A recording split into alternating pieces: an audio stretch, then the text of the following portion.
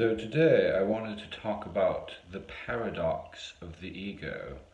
Essentially, the ego is a social institution which was brought about into the waking consciousness of the infant and was kind of integrated around age 2 or 3.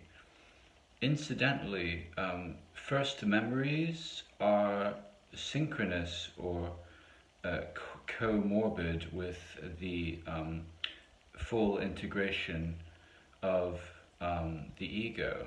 So once you fully got the picture that you're a subjective relative experience in space and time, that's when you have your first memories in this life.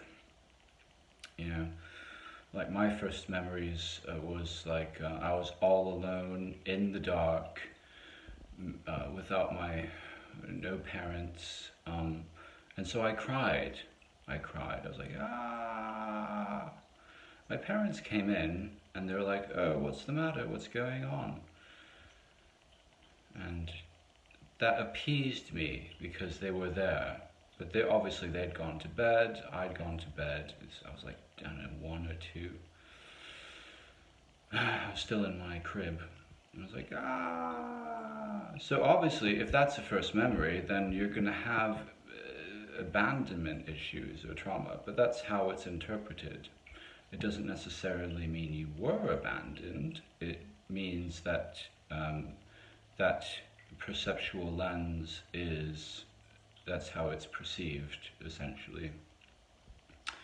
I guess I wanted more attention and comfort and immediate affection from my parents, even though it was most likely provided, It was just considering that was a first memory, it was, that your first memory sets up the kind of emotional undertone of the rest of your life. So if that, for instance, is a first memory, I'm going to be like, oh God, I don't want to be alone. Please don't leave me. I need attention and affection.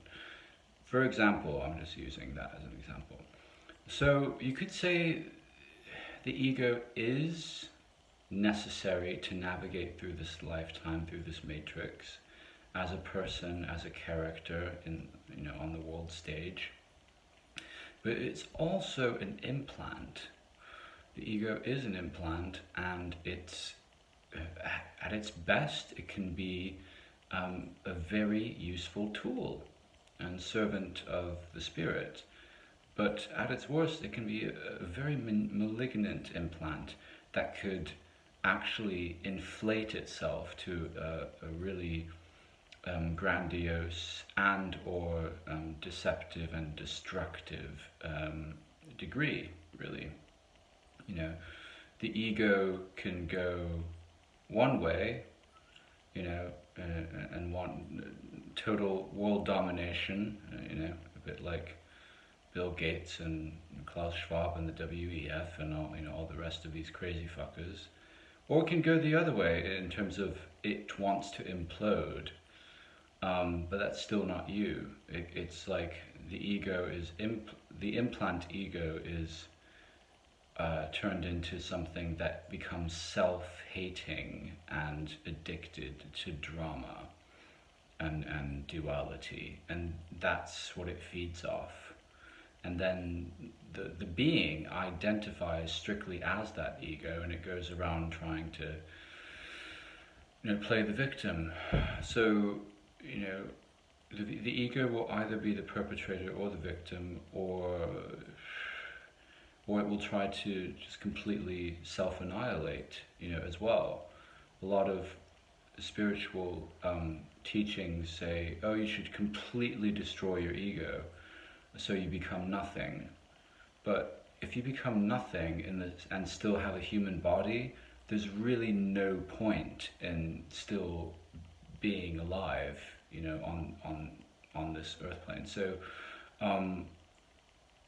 the ego doesn't need to be destroyed. It needs to be, integrated and fed healthy archetypes rather than the unhealthy or dysfunctional archetypes that we were fed to us by society growing up. And that's the whole wonderful part of the human game. But a lot of people get stuck on you know playing out the dysfunctional archetype programs instead of actually working with the ego and reprogramming it to actually be functional and lovely and pleasant and well boundaried as well. So yeah, that's all I have to say. It is a paradox, the ego. Um, I used to buy into people saying, "Oh, you must lose your ego," but then you become nothing, and it's game over because you return to your original God self state, and you're just like in a bliss bubble, kind of just wandering around like, yes, I am Shiva, I am the truth,